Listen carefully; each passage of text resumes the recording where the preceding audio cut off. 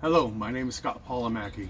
I'm a bus trainer for Dripping Springs ISD here in Dripping Springs, Texas. And what I'm going to be doing is a modified pre-trip inspection that you will be conducting for your DMV test.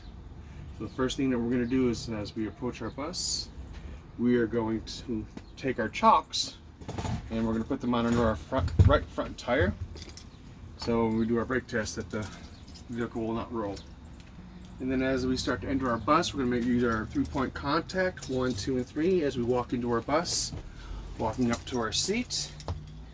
And before we sit down, we are going to inspect our driver's seat to make sure that it is properly secured and attached to the frame, and that it's not cut, torn, or worn out. And then we're also going to inspect our seat belts. Make sure it's properly secured, attached to the frame of the bus, and also if the belt is not cut, frayed, or worn, and that it properly and securely latches into the holder. So with that being done, then we're going to have our seat in our seat, and what we're going to do is we're going to ensure we're going to be doing a safe start. Ensure that our bus is in the neutral and that our parking brake is applied.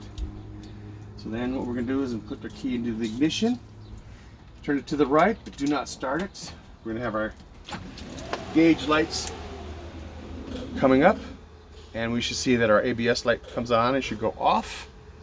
This also tells me what lights are working, what lights are not.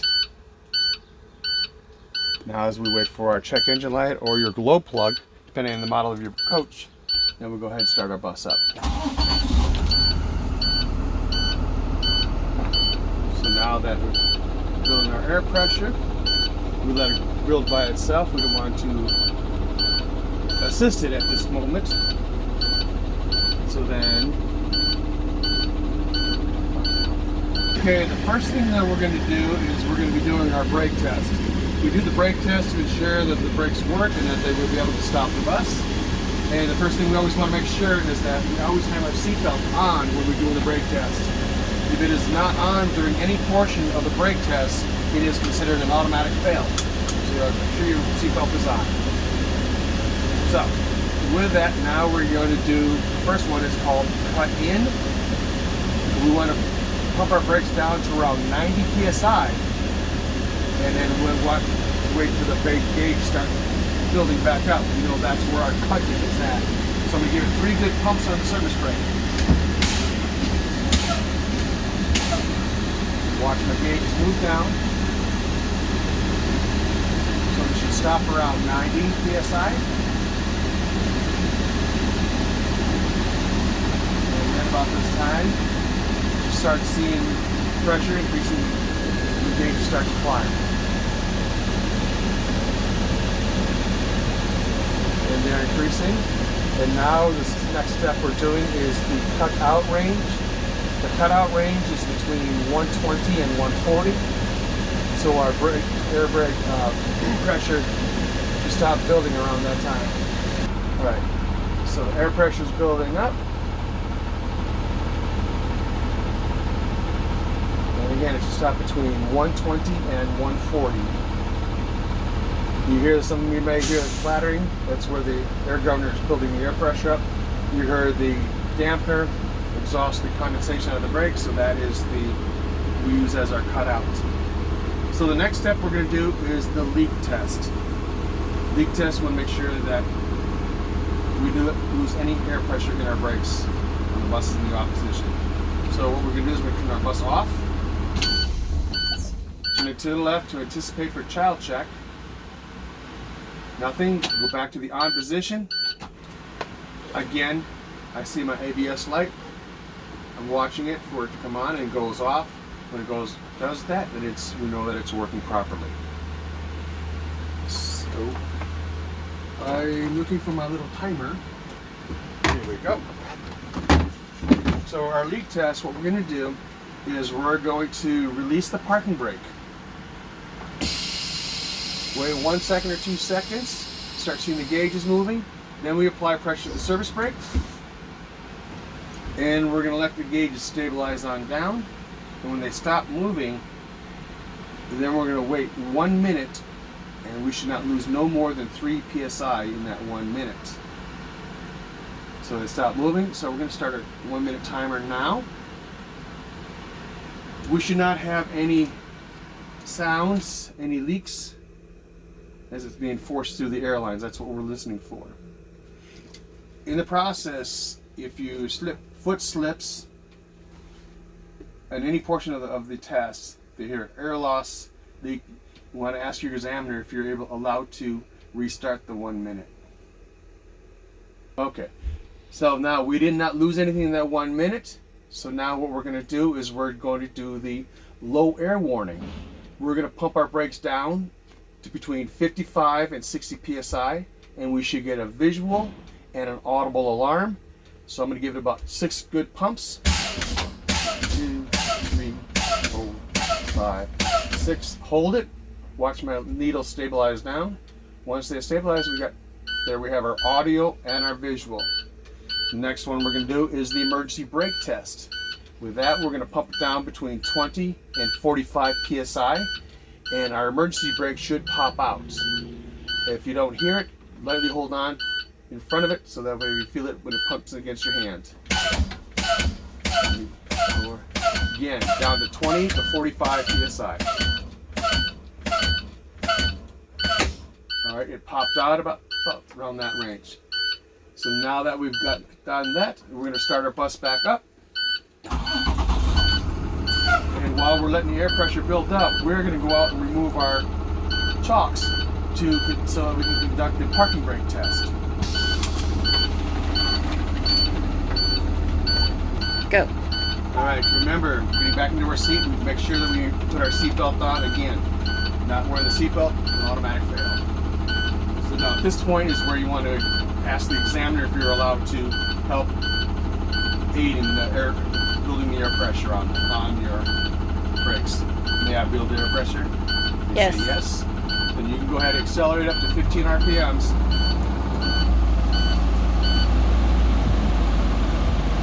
Until you get a fully charged system between 120 and 145 before we conduct the parking brake test.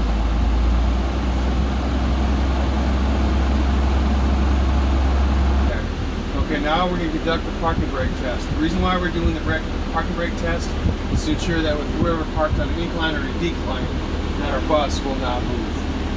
So for the parking brake test, apply pressure to service brake, put the vehicle in gear, and then we're going to accelerate up to 15 RPMs for 2 to 3 seconds to ensure that the parking brake holds our bus.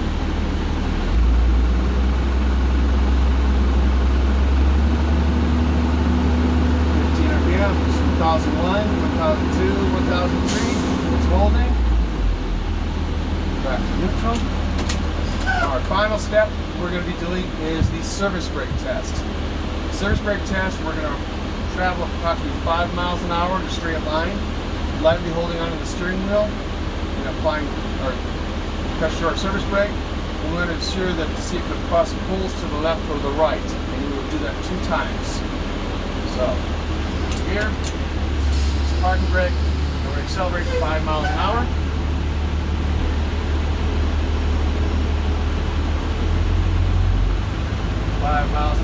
Apply pressure to the brakes, gently hold the wheel. That's 1.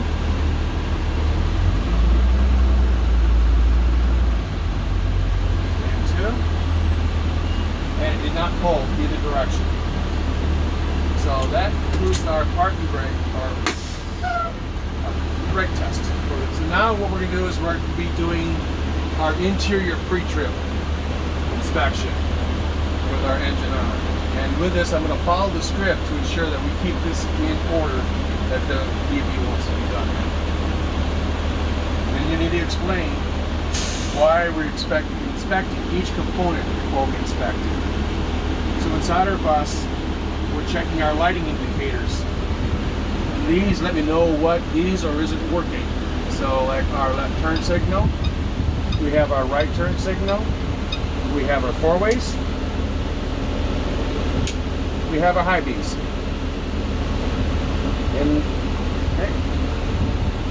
And then when we did our brake test, we saw that our ABS light came on and came off. Then we have our emergency equipment. This must be in a usable condition. So behind the seat, we have our 3 reflective triangles and 6 fuses inside the box. So we want to make sure that they're all present, that they're properly secured and attached, and not broken or cracked in any way. And then we also have our fire extinguisher. We want to check, make sure that it's properly secured, attached to the bus, and that it is rated, dated, and tagged, and that it's fully charged, and that also that our hose is not missing. And then we're going to check our windshield and traffic monitoring devices. We need to be able to see out of our windshield free of obstructions, and so we can monitor our traffic. So our windshield is properly secured and attached. It's not cracked, broken. There are no illegal stickers. And then we check our window frame, make sure that it is not cracked, loose, or missing in any way.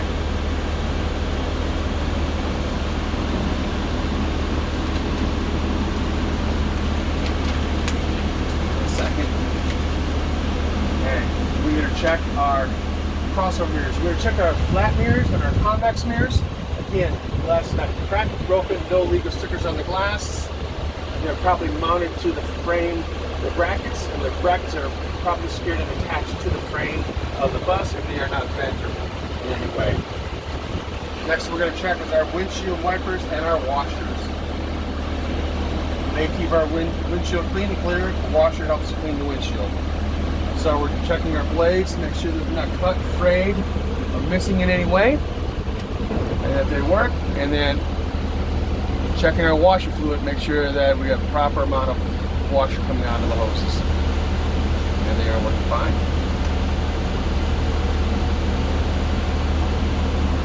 Okay, and then we're going to check our heater defroster. We check those to make sure it's free of condensation. So we turn on that. And then make sure that it is in the defrost mode. And checking your vents to make sure that you got adequate flow coming out to help with the condensation. So I turn those off.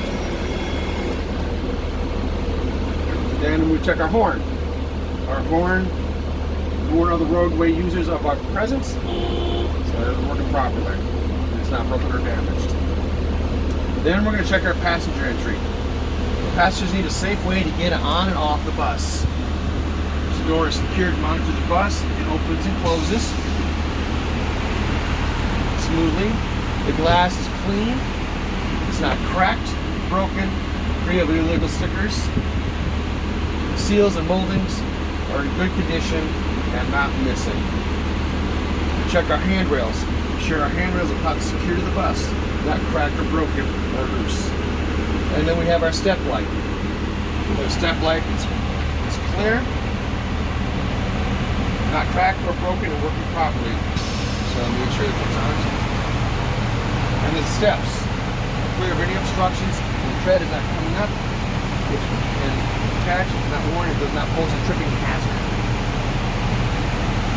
Next we're going to check is our emergency exits. Our students need a way to get off the bus in the event of emergency. So we have 4 emergency exits. So we just open up one, make sure the alarm goes off, it opens, a customer. Okay, and then we close, and it securely closes. And I would demonstrate the other 3 the same way as I've done this. And we also want to make sure that they're properly labeled on the top and also on the sides. And then we also have 2 roof hatches. And they're labeled and again properly marked. We want to make sure that the handle, alarms, and this.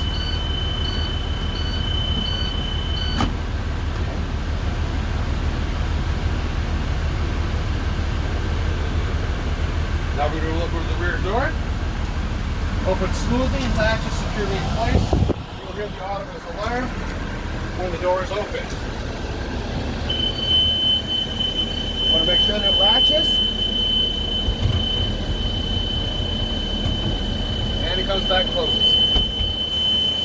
And when closing, the alarm goes off.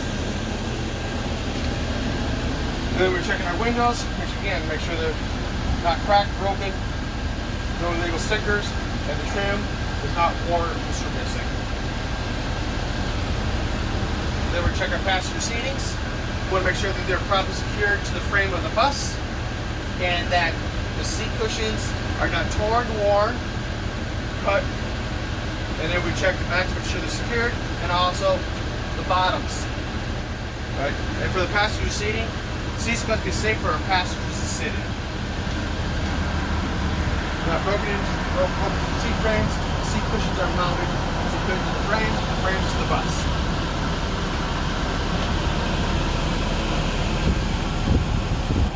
And the next thing we're going to check is our passenger monitor device. Why is to use these to help monitor my passengers on and off the bus. So make sure that the glass is not cracked, broken, no illegal stickers, that our trim is not missing, cut, or loose, and that it is mounted, secured to the frame of the bus. There we see our crossover mirrors. Clean and clear, not cracked or broken, securely mounted on the bus, no illegal stickers. They are mounted brackets, not fence, and they are adjusted. All the mirrors are adjusted for my use. Then we have our interior cameras. They're properly secured to the bus. They're not cracked, broken, or properly. The lens covers are clear and clean. Next, we're going to check is our students' lights, our front and our back.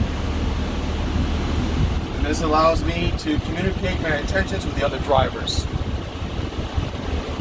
We have our strobe light on our roof. That is turned on by the switch, and there is not an indicator on the dash, but on the switch itself.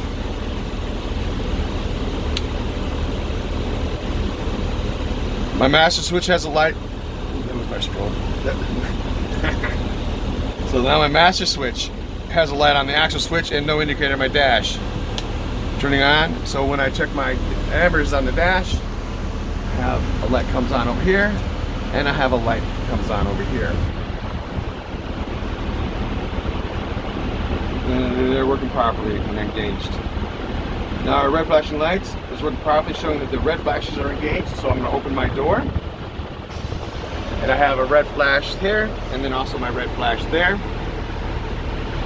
The light is working properly, showing that the lights are engaged. Also, I see in my mirrors, I can see my stop arms. They warn other drivers that the bus is coming to a stop or it stops. When the button on the steering wheel is pressed, the stop arm deploys as it is designed to do. The stop arm is securely mounted to the bus frame. The lights on the stop arm are the proper color and are working properly. It's not cracked or broken. When the stop arm is engaged, they secure flat to the bus. The stop arm indicator on the dash is working properly. Then we have our first aid kit and our body fluids. Emergency equipment must be in usable condition. They are present and both are sealed. Here's my body fluid and my first aid kit. They are mounted securely to the bus. The seals are broken to indicate missing items. They are both properly labeled. And light operating check allows me to be seen by other drivers. You need to direct the examiner to the front, side, and rear of the bus. You're responsible for telling the examiner exactly which lights you would like them to inspect as you enter the lights. You can ask the examiner or have the examiner to give a thumbs up when they're working properly. So on the front of the bus, as the examiner is sitting out front, you will do the same things. You will show your low beams, your high beams, left turn signal, right turn signal, forward flashers. Turn your master switch on.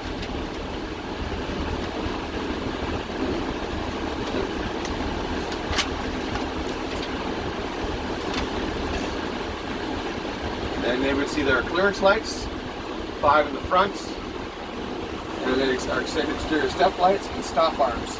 So, master switch on, you would do your flashers, so they can see your flashers. You'll open up your door so that they can see your reds and the stop arm come out. As they walk down the side of the bus, you go ahead and close your door. And it deactivates your lights. And And then checking on the side, they can see our side markers and our clearance lights. And again, they're all the proper colors, not cracked, broken, loose, or missing.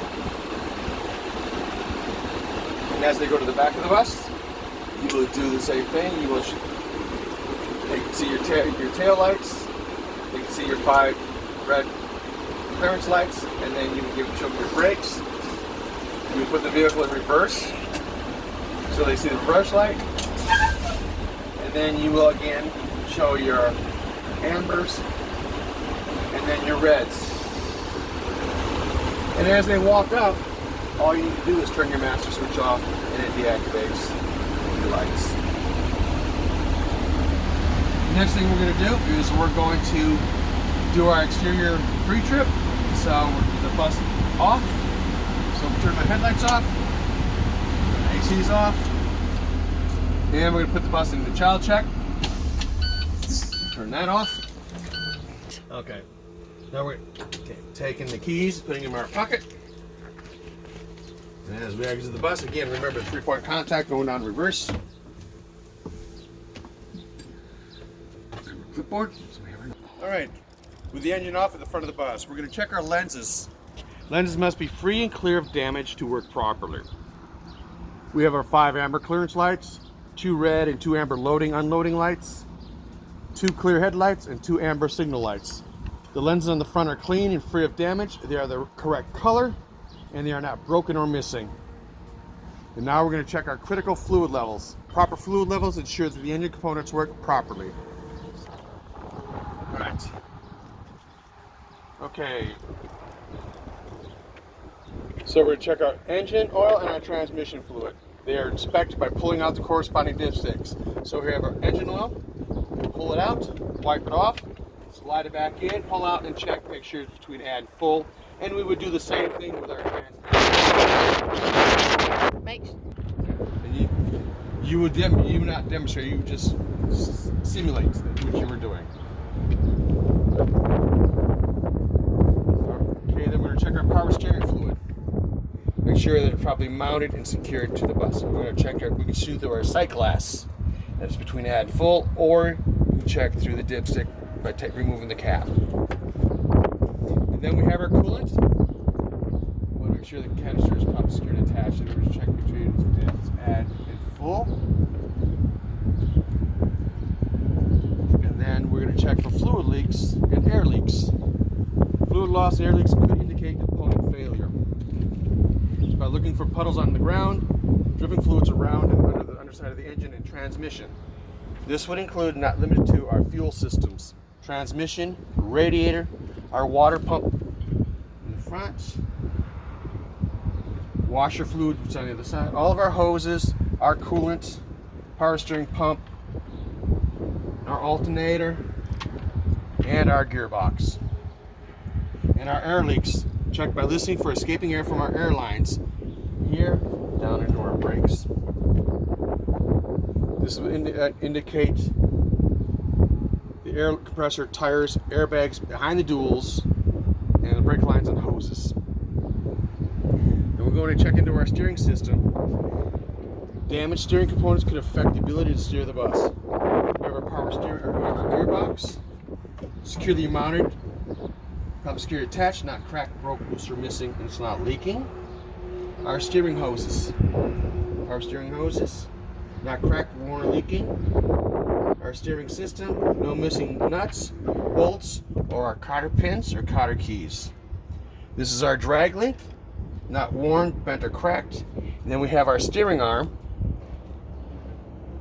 not worn, bent, or cracked. And then we have our pitman arm, secured, not missing any nuts or bolts, not cracked, bent, or broken. And then we have our steering column. It's not bent or cracked, and there's no excessive grease. Then we have our joints and sockets. They're not worn or loose. And our tie rod is not bent or cracked and not missing any parts. The axle components in the steering axle. Underinflation increases the risk of blowout. Low tread depth increases the effect of hydroplaning and increases the stopping distance. Overinflation increases the chance of damage to the tires.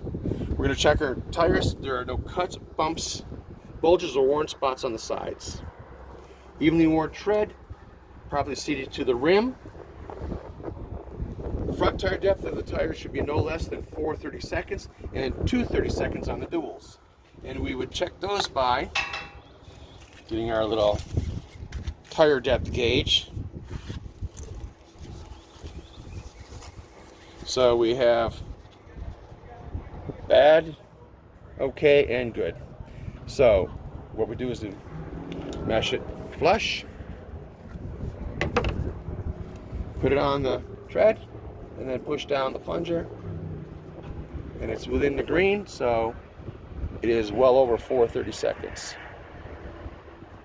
And I'm demonstrating with my other hand now, so push it down, pick up, and then it should be in the green, which has been, again, no less than 4 30-seconds. And I would do all my tires all the same way. Let's put that in our pouch so we don't lose it. I do have some fuses in here. Okay.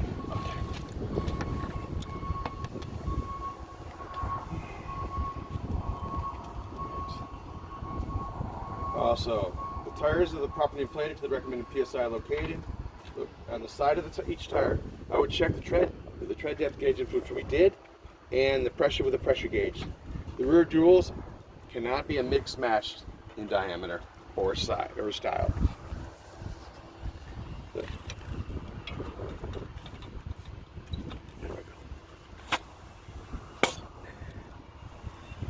And it reads about a little over 100 psi, 110, which is within the proper range of manufacture.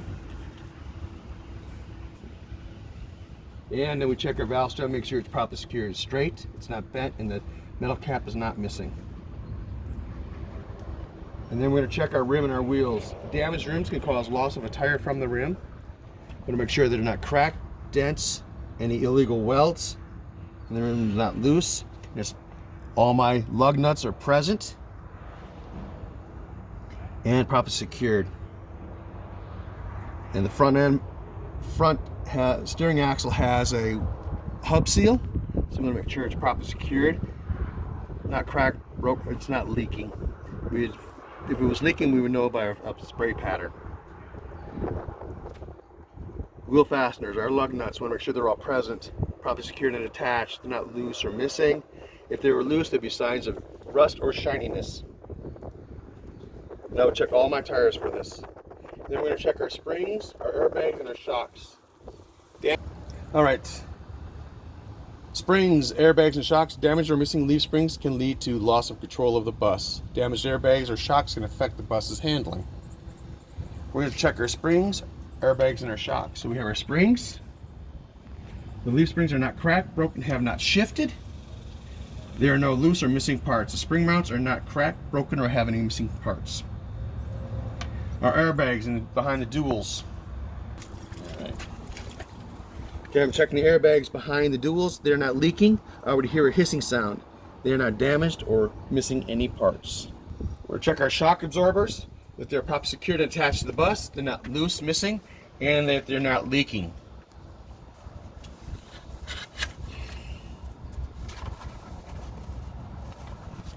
My bus is sitting level, not leaning to one side, front to rear or side to side. Next, we're checking our brake lines and our hoses for leaks. Loss of air pressure can cause a wheel lock up. We're going to check our brake lines. So we check our brake lines and our hoses. They're not leaked or be a hissing sound. The hoses have no cuts, frays, and not worn. The couplings and fittings are secured and not missing. They'll all be checked on the same way for all my tires. We're going to check for any brake contaminants. Contaminants on the brakes can cause a reduction in braking and also cause a fire hazard. I'm going to check my drums and pads. No grease or oil. The pads are not worn dangerously thin. There's no debris. There are no broken or missing parts. These are properly mounted and secured. I would check all the brakes in the same way. Next, we're going to check the side of our bus.